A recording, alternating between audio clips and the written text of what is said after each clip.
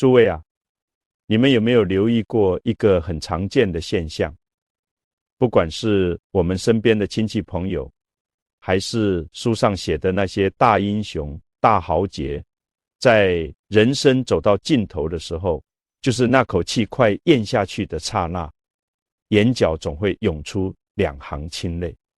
哪怕这人平时性格再刚强，从来不流一滴泪，甚至是个铁齿铜牙，什么都不信的主儿，到了那一刻也控制不住。很多年轻人不懂，看到家里的老人临终流泪就慌了神，以为老人是身体太痛了，或者还有什么遗憾没交代清楚，就哭着在旁边问：阿爸，你是不是哪里不舒服？是不是舍不得我们？其实我常跟学生讲，看问题不能只看表面，要往深里看，往心里看。这临终的一滴泪里头藏着的秘密大得很，它跟痛无关，跟怕无关，跟不舍也无关，而是跟灵魂深处最真实的景象有关系。你想想，那些叱咤风云的人物，临终时也会老泪纵横；那些修了一辈子的高僧大德，走的时候眼角也是湿润的。这背后到底藏着什么玄机？今天我们就来揭开这个谜。在佛法里讲，人这一辈子就像一场大梦，等到快醒的时候，也就是我们要丢掉这个肉身皮囊的时候，那个被关了一辈子的灵魂，那个真正的我就要出来了。好比你在老房子里住了一辈子，门窗关得死死，看不到外面的光，等到房子要塌了，墙倒了，外面的光才透进来，你才猛然发现原来外面还有那么多你从来没见过的东西。地藏菩萨慈悲在经书里早就点破过这个迷境。他说，凡人临死前之所以流泪，不是因为痛，也不是因为怕，而是在那个阴阳交替，神识要脱离肉体的特殊时刻，他们的灵魂看到了2样东西，平时睁着眼睛绝对看不见的东西。我们现在的眼睛叫肉眼，只能看到钞票、房子、车子，但看不到因果，看不到人心深处的结。可到了临终那一刻，肉眼的功能坏掉了，心眼却打开了，也就是佛家讲的某种神通现前了。这时候，你这一辈子做过的最微小的事情，都会像放电影一样在眼前过一遍，而且还有2个非常特殊的景象出现。这2样东西直指人心，直指你这一辈子做人的根本。看到了这2样东西，心里的震撼无法用语言形容。那2行泪就是灵魂受到巨大冲击才流下来的。那么这2样让无数人在咽气前泪流满面的东西到底是什么呢？为什么只有到了生命的最后时刻才有资格看见它们？这背后又藏着怎样惊心动魄的生死奥秘？要讲清楚这个道理，我不先跟你们讲大道理，我给你们讲一段唐朝的公案。这个故事就发生在中国历史上最辉煌的贞观年间。话说唐太宗贞观15年，那时候大唐国运昌隆，长安城里繁华得很。就在这皇城根下住着一位名叫李惠文的读书人。这个人在当时可不简单，他在朝廷里做太常侍博士。你们知道太常侍是干什么的吗？那是专门管礼乐祭祀的地方。所以这个李惠文学问很大，经史子集烂熟于胸，对于佛家和道家的经典也很有研究。虽然他每天上朝做官，穿着官服，人模人样的，可这一肚子的学问并没有帮他解开心里头的大疙瘩。这个疙瘩像一颗钉子一样扎在他心里，10几年了，拔都拔不出来。什么疙瘩呢？就是关于人死之前为什么都要流泪的怪事。这个疑惑的种子是在他18岁那年种下的。那一年对他疼爱有加的祖父病重了，李惠文是个孝子，衣不解带的在床前伺候，日夜守着。他的祖父是个真正见过大风大浪的硬汉，一辈子性格刚强，哪怕遇到再难的事，眉头都不皱一下，更别说掉眼泪了。用我们现在的话说，那是铁打一样的人物。可是就在老人家临终的那一刻，奇怪的事情发生了。李惠文亲眼看见那个一辈子没流过泪的祖父，就在咽下最后一口气的时候，两行清泪顺着那满是皱纹的眼角慢慢地滑了下来。当时只有18岁的李惠文吓坏了，他以为祖父是哪里痛，或者有什么话没说完。他哭着喊：阿公，您怎么了？您是不是还有什么放不下的？但祖父已经说不出话了，只是那个眼神，李惠文辈子都忘不了。那双原本浑浊的老眼突然间好像亮了一下，闪过一种很奇怪的光，像是看见了什么让他非常震惊、非常意外的景象，然后人就走了。这件事在李惠文心里留下了很大的阴影。后来他做了官，见了世面，就开始留心观察，不管是朝廷里那些威风凛凛的老将军去世，还是在长安街头看到的普通老百姓送葬，他发现了一个惊人的规律：不管这个人是男是女，是穷是富，是强悍还是懦弱，在断气的那一瞬间，几乎都会流下眼泪。这就让他百思不得其解了。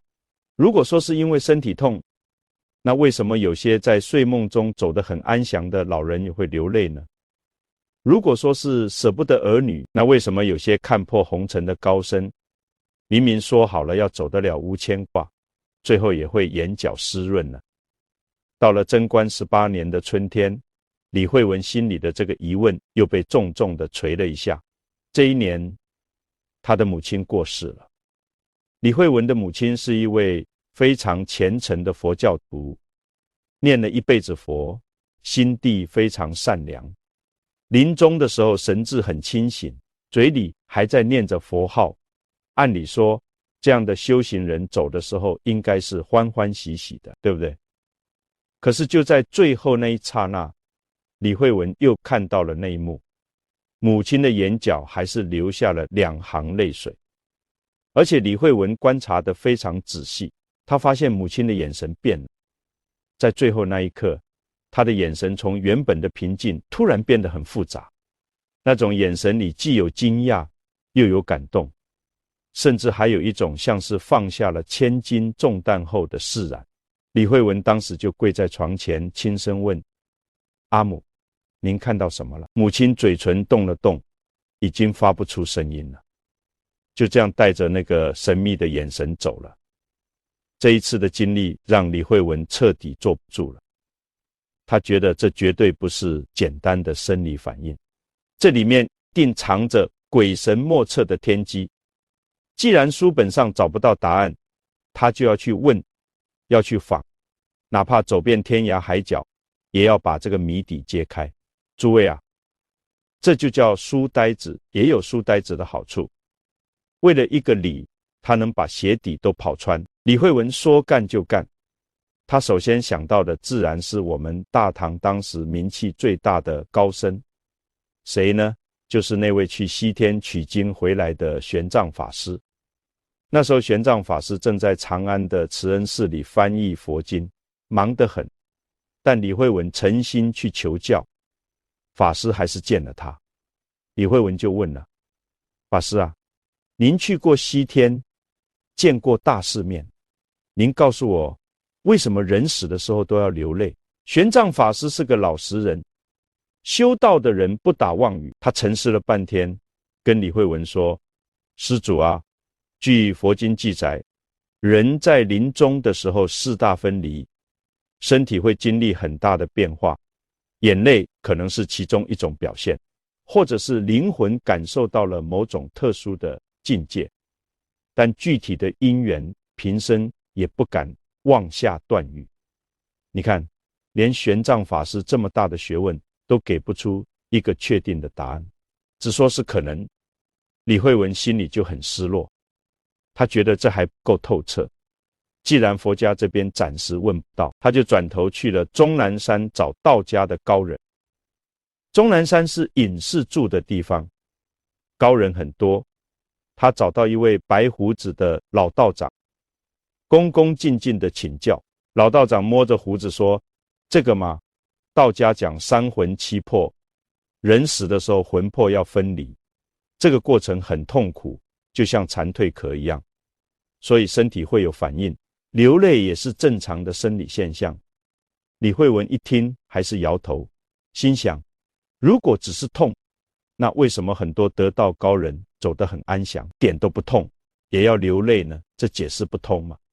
就这样，李惠文从长安跑到终南山，又利用做官出差的机会，走遍了名山大川，见庙就进，见高人就拜。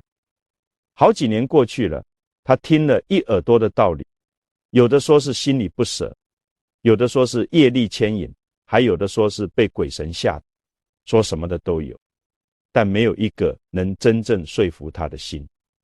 到了贞观21年，李惠文都已经40多岁了，人到中年，对生死看得更重，那个谜题在他心里反而越来越大。就在他快要灰心的时候，他听人说在蜀地，也就是现在的四川峨眉山的半山腰上，有一座很古老的寺庙叫净土寺，里面有一位叫智通的老和尚。虽然名气没有玄奘法师那么大，但他专门研究生死轮回，有点道行。李惠文一听眼睛就亮了，他特意跟朝廷请了长假，收拾行李，千里迢迢就奔着四川去了。他这一去，不但见到了那位智通师父，还得到了一个让他这辈子都意想不到的指点。正是这个指点，让他终于摸到了那个惊天秘密的门槛。诸位朋友，缘分这个东西真是妙不可言。李惠文到了四川峨眉山的净土寺，见到了智通老和尚。老和尚一看李惠文的面相，就知道他是个至诚君子。李惠文把心里的苦闷道出来，智通师父就笑了：施主啊，你问的这个问题已经触碰到了生死轮回最核心的机密，这个问题凭平生这点道行是讲不透的，要想真正弄明白，普天之下只有一位能给你答案。李惠文急忙问：是哪位高人？智通师父指了指大殿后面，就是那位发了大愿说地狱空誓不成佛的地藏王菩萨。只有他老人家天天在地狱门口守着，对生死的那个关口看得最清楚。李惠文一听愣住了：师父，菩萨是神明，我一个凡夫俗子，怎么能见到菩萨呢？智通师父就说：至诚感通，你既然有这么大的愿力想弄明白，菩萨一定会感应到的。不过这需要时机，再过2个月就是农历7月15，也就是我们说的中元节，那是地藏菩萨愿力最强的时候。你就在这庙里住下，吃斋念佛，把心洗干净了。到了那天晚上，你去地藏殿里求，或许会有消息。你看，这就叫精诚所至，金石为开。李惠文真的就在庙里住下了，整整2个月，他不沾荤腥，不说闲话，每天跪在佛前忏悔，把心里的那些杂念像扫地一样扫得干干净净。到了7月15这天晚上，月亮很大，李惠文沐浴更衣，一个人来到地藏殿，殿里只有几盏油灯，光线暗得很。他就跪在菩萨像前，一边磕头一边在心里默念：弟子李惠文，不为求官，不为求财，只为解开生死之谜，求菩萨慈悲开示。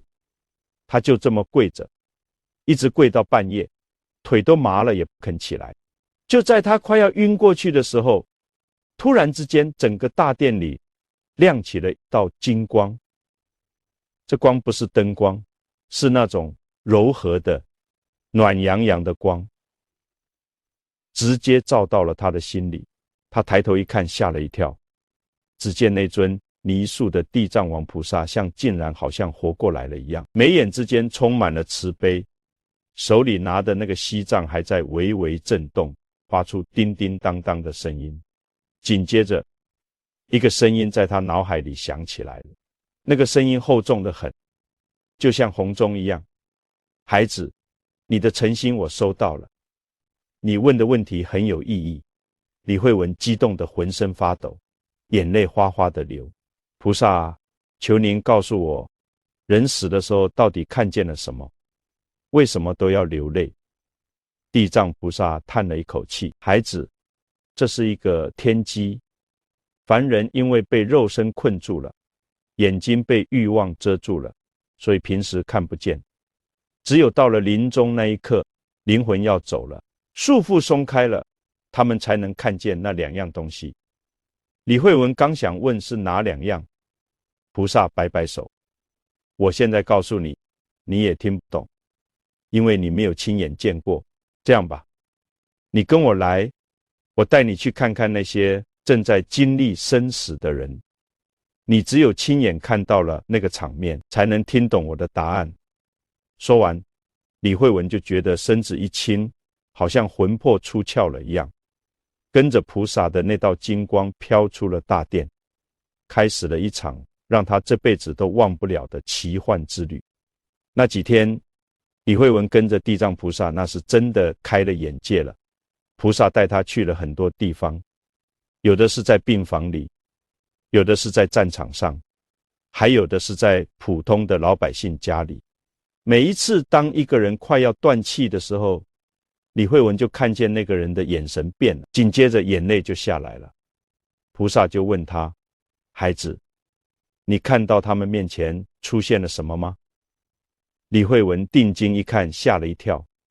他看见在那些临终者的床前，隐隐绰绰地出现了很多影子。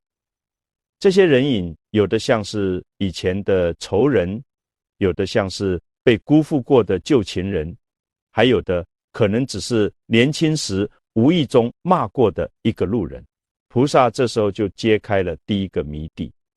菩萨说，孩子，记住了，这人临死前看到的第一样东西，就是他这一辈子有意或者无意伤害过的所有人的灵魂。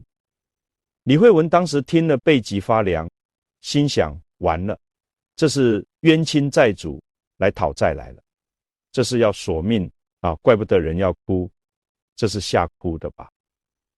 但菩萨摇了摇头，说了一句让李慧文也让我们所有人都想不到的话，错了，他们不是来报复的，他们是来宽恕的。诸位，你们听听这句话多震撼。菩萨说，在生命的最后尽头，那些曾经被你伤害过的人，他们的灵魂出现是为了告诉你一句话，我不怪你了，我都放下了。李慧文当时就愣住了。菩萨解释说，人活在这个世上，谁没犯过错，谁没伤过人，哪怕是一句恶语，一个白眼，都在别人心里留下了伤痕。我们平时以为没事了，忘了，但是那个愧疚感，那个业力一直藏在你的良心深处，也就是佛法讲的阿赖耶识里。到了临终这一刻，这些债主来了，他们却不是拿着刀来的，而是带着谅解来的。那个临终的人看着这些曾经被自己对不起的人，不但没有怪罪自己，反而一脸祥和的来送行。那种心理的冲击，那种悔恨加上感动的复杂心情，一下子就冲开了情感的闸门。所以那眼泪不是害怕，那是惭愧，那是感动，那是良心发现后彻底释放。你想想看，如果换作是你这一辈子欠的情、欠的钱、欠的良心，在最后一刻都一笔勾销了，你会不会哭？这就是第一样东西，他教会了我们要懂得忏悔，要懂得在这个世上冤家宜解不宜结。因为到了最后，能救赎你的，往往是你曾经伤害过的人给你的宽恕。朋友们，刚才讲的第一样东西是被伤害之人的宽恕。那个力量虽然大，但它带着一种酸楚，带着一种悔恨后的解脱。那关过了之后，紧接着第二样东西就来了。这第二样东西跟前面那个完全不一样，它不是灰暗的，它是暖的，是发着光。当李惠文还在为那漫天的宽恕感动得涕泪横流的时候，地藏菩萨手一挥，他又看见了另一番景象。他看见在那位临终者的周围慢慢聚集起了更多的人影，这些人影身上都带着光，脸上都挂着笑。他们看着躺在床上的那个人，眼神里只有2个字：感激。李惠文就问菩萨，这些人又是谁？地藏菩萨笑了，那个笑容特别温暖。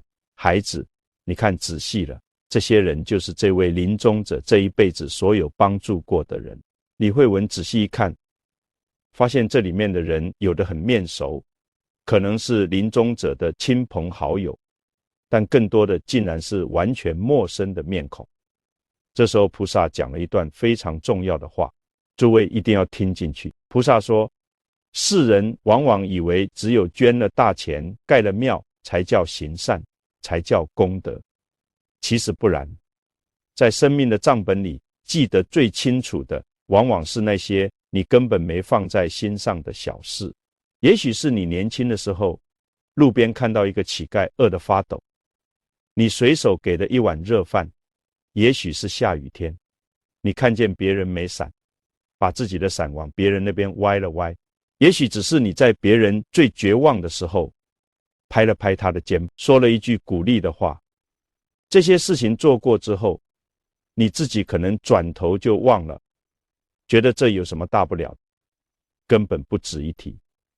但是诸位啊，佛法讲因果不虚，那些被你帮助过的人，那个瞬间的温暖，那个感激的念头，都被天地记录下来了，都藏在你的阿赖耶识里，变成了你的福德之粮。到了临终这一刻，这些善缘全都成熟了，他们化作灵魂的样子，或者是感激的能量，齐刷刷的来到你的面前。他们是来干什么的？他们是来道谢的，他们是来护送你的。李惠文看着那个临终的人，本来因为病痛折磨，面容枯槁，但是当他看到这一幕的时候，整个人都舒展，他又流泪了。但是这一次的眼泪是甜的，是欣慰的。他心里会想，原来我这一辈子并没有白活啊，原来我这么一个平凡的人，竟然也温暖过这么多的生命，原来我做的那点微不足道的好事都被记得清清楚楚。这种巨大的成就感和幸福感会瞬间冲淡对死亡的恐惧。地藏菩萨告诉李惠文，这第二样东西就是为了让灵魂明白，爱出者爱返，福往者福来。你给出去的每一份善意，到最后都会变成照亮你黄泉路的那盏灯。所以为什么人临终会流泪？那一半是忏悔的泪，一半是感动的泪。看到了宽恕，心里的石头放下了，看到了感激，心里的明灯点亮了。这时候人才能真正安详地、没有遗憾地离开这个世界。这就是地藏菩萨带李惠文看到的全部真相。现在李惠文懂了，我也讲完了。但是诸位啊，故事听完了，我们活着的人该怎么办呢？既然知道了这个终极答案，我们剩下的日子该怎么过，才能在那个时刻不害怕，反而充满欢喜呢？这就到了我们今天最关键的内容。现在我要问大家一句话，既然我们已经偷看了天机，知道了临终那一刻要面对的是什么，那我们现在还活着的每一天里，这剩下的光阴该怎么用？这是最要紧。很多人听完这个故事可能会想，哎呀，原来死的时候那些冤亲债主会来原谅我，那些受恩的人会来感谢我，那我是不是现在可以随便混日子？反正最后都是大团圆结局。你要是这么想，那就大错特错了。你要知道，地藏菩萨给李惠文看的是果，是我们这一辈子种下的因，最后结出来的果。但这个果是有甜有苦。如果一个人一辈子作恶多端，伤害了无数人，虽然临终时那些灵魂会基于慈悲来宽恕他，但是他在那一刻面对那如山如海的宽恕，他心里的愧疚和痛苦是会把他的灵魂撕裂的那种痛。佛经里叫回火焚心，比下油锅还难受。即便最后解脱了，他下辈子带着这种沉重的印记去投胎，那个路也是不好走。反过来，如果一个人一辈子广结善缘，处处给人方便，临终时看到的是万家灯火一样的感激，那个心里是暖洋洋的，是欢喜的，他是笑着走的，这叫善终，这叫往生极乐。所以我常劝我的学生，做人要趁早，趁着现在还有一口气，趁着还能动，赶紧做2件事，给自己修一条平坦的回家路。第一件事叫解铃，你心里有没有那个疙瘩？有没有那个觉得对不起的人？可能是年轻时吵翻的兄弟，可能是被你伤了心的父母，也可能是被你辜负的朋友。别等了，千万别等着到了临终那一刻，让人家的灵魂来原谅你，那时候太晚了，那个滋味太不好受了。就趁现在打个电话或者买张车票去见一面，低个头，认个错，说一句对不起，把那个结给解开。你这一低头，心里的那块大石头就落地了，阿赖耶识里的那个黑影就消散了。这就叫现世报，不过是好的现世报，是你自己把地狱变成了天堂。第二件事叫点灯。什么叫点灯？就是去积累那个感激。你不要觉得我要发大财了才能做好事，不是的。佛法在世间，不离世间觉。你在菜市场卖菜的阿波多找了你1块钱，你退给他，这就是善行。你在公交上看到老人站不稳，你扶一把，这就是布施。你看到邻居2口子吵架，你劝一句好话，让人家和气，这也是功。甚至你每天出门把眉头舒展开，见到保安，见到清洁工，给人家一个笑脸，这在佛法里叫言施，是用你的容颜在布施，这也是在给自己积攒那临终时的光。诸位人生这本账算得很精的，你给出去的每一份善意，最后都会变成你临终时脚下的莲花。我们今天讲了这么多，其实归根结底就是修这一颗心。地藏菩萨带李惠文看的不是鬼神，看的是人心。我看今天时间也不早了，最后我有几句心里话想再嘱咐大家一遍，你们要记住今天讲的这个临终2样，一个是见宽恕，一个是见感激。这就告诉我们，人生到了最后，什么钱财名声地位，那都是过眼云烟，带不走。唯一能陪着你走的，就是你这辈子对他人的好和你对他人的亏欠。所以别怕死，死只是一个换衣服的过程。你要怕的是活得糊里糊涂，是活了一辈子，最后只留下了屁股的债。佛法难闻今已闻，人生难得今已得。我希望诸位听了今天这个故事，能把这颗心放宽，把手放开，多去爱人，少去害人，多去谅解，少去计较。这样等到那一天真的来临的时候，你也能像那些大德一样，嘴角挂着笑，眼角流着欢喜的泪，清清白白的来，干干净净的走。还有我这把老骨头在这里费口舌讲这么多，不是为了别的，就是希望能有更多的人哪怕多一个人听懂了，心里那个恶念头打住了，那个善念头起来了，那就是无量的功德。佛法讲法布施的功德最大。如果你觉得今天这番话对你有那么一点点触动，让你心里那个怕死的念头少了一点，让你想去对家里人好一点，那我请你动动你的手指，把这个故事分享给你身边的亲戚朋友，转发到你的群组里。你不要小看这一个动作，或许你的某一位朋友现在正陷在痛苦里想不开，或许你的某一位长辈正对死亡充满了恐惧，你这一转发让他听到了，心结打开了，甚至可能救了他一命，让他晚年过得安详。这就是你在救人，这就是你在给自己和家人积福，这比你烧多少高香都管用。我也希望大家能在评论区里留下一句善言，可以写法喜充满，也可以写一句阿弥陀佛，或者就把你心里的感悟写下来，让我们这个小小的评论区变成一个充满了正能量的道场。每一个字都是一颗善的种子，每一句祝福都能回向给你自己的父母和家人，保佑他们身体健康，平平安安。好了，今天的龙门阵就摆到这里，我们下期再会。